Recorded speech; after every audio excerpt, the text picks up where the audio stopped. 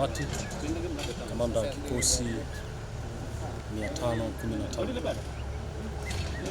Awali ya yote tunashukuru sana viongozi wetu, serikali iliyopo madarakani na kutujali katika kurudisha mawasiliano ya barabara hii ambayo asilimia kubwa barabara hii inapita eneo la jeshi kwa zaidi ya kilomita 11 mwanzo wa kijiji cha Ngwata mpaka tunafika kusini tunapokuja kukutana na reli ya kati MGR pamoja na SGR.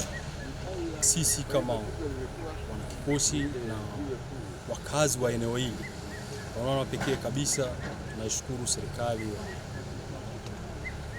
Mama Samia Suluhu Hassan, Mheshimiwa Rais wetu, kwa namna anavyotujali katika kurejesha hii miundombinu. Anaitwa Shabani Ramadhani Kumpundu, mwenyekiti wa kijiji cha Sinauli. Eneo hili tulikuwa tunapata adha kubwa na hatimaye mpaka kupoteza maisha ya watu, si zaidi ya watu 2 watatu wamepoteza maisha hapo, hasa kwenye nyakati za mvua wanapohitaji kuvuka kwenda ng'ambo ya pili kwa ajili ya upatikanaji wa huduma. Na hii imepelekea kama serikali ya kijiji kupaza sauti zetu kwenye mamlaka za juu kuona wanaweza kutusaidiaje kuhusiana na changamoto hii. Naitwa Jessica Kinanda Bwana, naishi Sinyaulime. Changamoto tunayoipata katika hili daraja, mvua inaponyesha tunashindwa kuvuka, Wasinyaulime wanakuwa Wasinyaulime, Ngerengere wanakuwa Ngerengere, na watoto wetu wanapata changamoto kutokwenda shule. Tunashukuru kwa kutengenezewa daraja na tunamuomba Mama Samia asimamie daraja litengenezwe ili changamoto ipungue.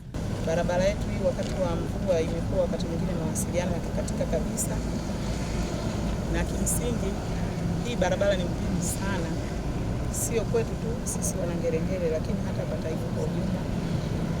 Huko ndani tuna station ya mwendokasi, kuna vikosi vya majeshi hapo sio chini ya 5, lakini pia inatupeleka kwenda makao makuu ya halmashauri yetu kule Mvumi, na inatupeleka kwenda mpaka Kisaki ambapo tuna mradi mkubwa kule wa bwawa la Mwalimu Nyerere na hifadhi ya taifa ya Mwalimu Nyerere. Kwa hiyo ujenzi wa barabara hii itakuwa ni mkombozi mkubwa sana kwa kiwango cha lami, kuwafanya wananchi waweze kufika kwenye hayo maeneo na kutoka kufanya shughuli mbalimbali za kiuchumi kwa maslahi ya taifa letu. Sasa hivi tunamuhimiza aanze kujenga pamoja na kujaza, mbali na kwamba ameanza kuchonga barabara, lakini zoezi la kuchonga liendelee, kwa sababu daraja hili nalo limeporomoka mara mbili nalo. Sasa baada ya kufunga na kuweka lile jiwe kubwa ambalo liko kwenye mstari lile Kingston, hatuna changamoto tena ya hata maji yakija, ndio maana hata mvua ya juzi ilivyonyesha lilikaa. Lakini kimsingi mnaona ilivyokuwa, kiruhusu hili daraja la muda liendelee kuwepo wakati tunajenga, mvua kubwa ikija inaweza ikaleta tatizo, magogo mnayaona yalivyoanza kuja. Kwa hiyo tunamuhimiza mkandarasi mzuri, naye yuko hapa, aende haraka kwa muda uliopangwa, kwa sababu hatutaongeza muda wa ziada ili kazi hii iweze kukamilika na kuhakikisha kuwa huduma zinarejea. Shukuru nyinyi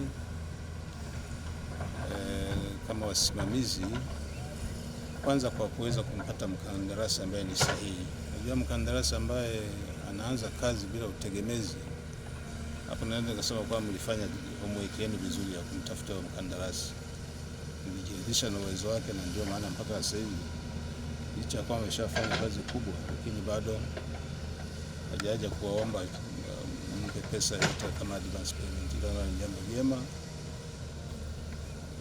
Jambo lingine la msingi sasa ni nyinyi kusimamia sasa kuhakikisha kwamba anakamilisha kwa wakati. Naona tarehe ya kumaliza kazi ni tarehe 8 mwezi wa 4. 8 mwezi wa 4 ni miezi 2 toka sasa.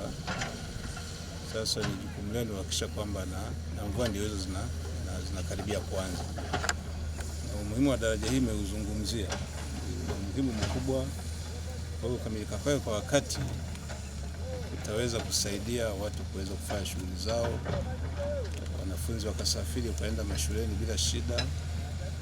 Kwa jambo kubwa ni hilo sasa, kwamba mhakikishe kwamba namaliza kwa wakati. Mradi huu unatekelezwa na mkandarasi anaitwa Kings Builders kwa gharama ya shilingi bilioni 20.54. na unagharamiwa na serikali ya Jamhuri ya Muungano wa Tanzania moja kwa moja.